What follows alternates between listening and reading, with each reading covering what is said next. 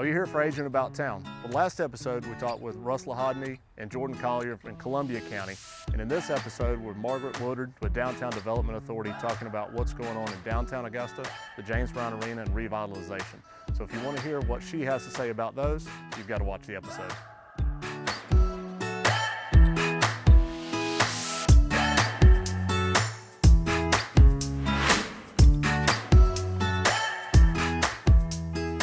So we're inside of Edgar's here in a beautiful conference room with Margret.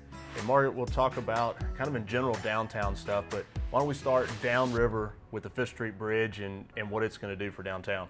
Well, we're really excited about the 5th Street Bridge. It is going to become a pedestrian bridge, and it's going to become an attraction with great activities for families to come down and visit. It's going to be exactly like the Riverwalk. It's going to be another exciting place to come visit for residents and visitors. And we think it will drive more business and development downtown on the 5th Street side. Yeah, on the 5th Street side down there. I mean, obviously the bridge wasn't really used very much. You're going to have a new green space, a new place for people to go and, you know, have lunch, do that kind of thing, but really kind of extend the development downtown a little bit farther. It will, and we're hoping it'll help develop the depot property. Okay. And exactly like you said, bring more restaurants and retail to Lower Broad. And so as we work up Broad Street, probably the next thing is going to be, what's kind of the next project as we work our way up Broad Street? Gosh, the Lamar Building. Yeah. We're so excited about that. The Lamar Building just sold to a developer out of Albany. His name is Pace Burt, and he is going to convert the Lamar Building into 68 market rate apartments. Wow. And there'll be retail and office space on the first floor, and the glass penthouse will be the penthouse that the building's known for. The toaster oven. That is going to be a meeting space. Okay. So Pace is also doing another project downtown, kind of in the medical district.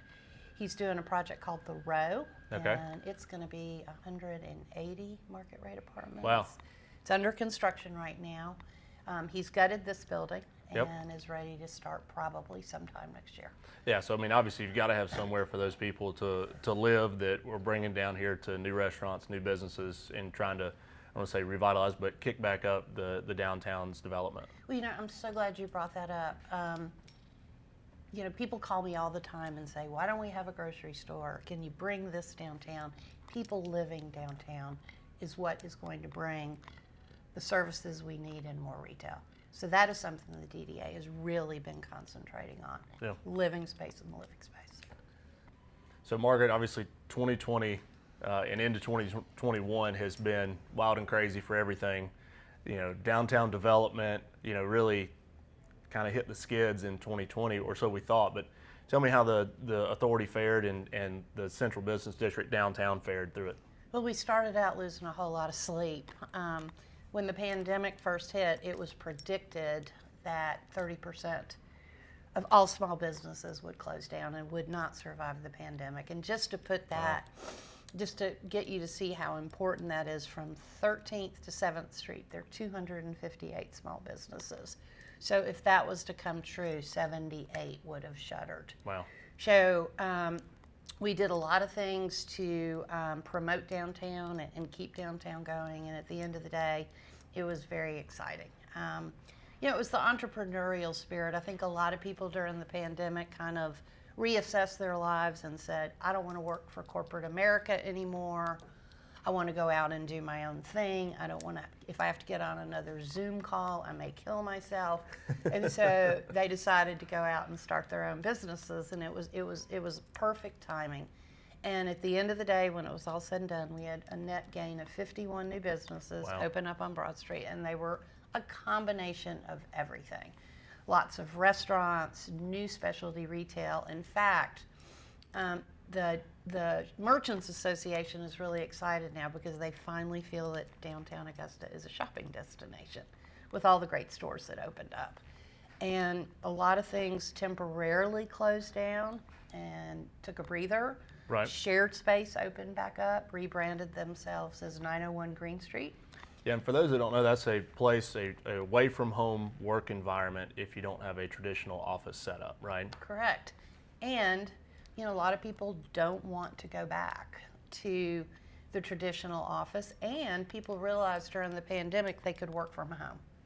This just taught us a lot of things. You don't need to even be in the city your company's Right. in.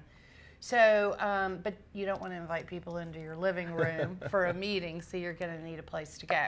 And that business is going really well. I think everybody knows that Bee's Knees and the Hive rebranded. Yep, Eric Kinlaw. Eric reopened. It's a fabulous coffee shop and a bodega grocery store where Yep. you can go up and pick up things. So while we did see some closures, the net gain was just really exciting for downtown Augusta. Yeah, I know Eric took the time to kind of reimagine things and try to see what the future was for his restaurants with Bee's Knees and the Hive too. So we've been to both of them. They're great, and the coffee's great too. Yeah, and so is the wine. The wine selection is really good. Yeah, good curated selection. Yeah. You know, Margaret, growing up in North Augusta and Augusta, listening to my parents and grandparents talk about what Broad Street used to be, what downtown used to be before kind of the suburban shopping mall craze of the 70s and 80s. My family were furriers in town. Used to be able to go up and downtown or go up and down Broad Street and get everything you needed.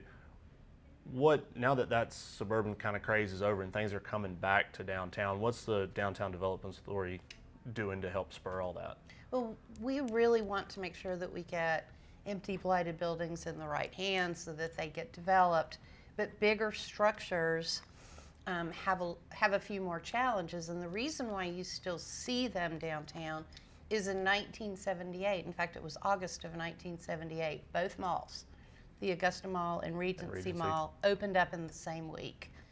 And all your department stores that were located on Broad Street, there was Crest, there was J.C. Penney's, there was Woolworth, J.B. White's, they all went to the mall.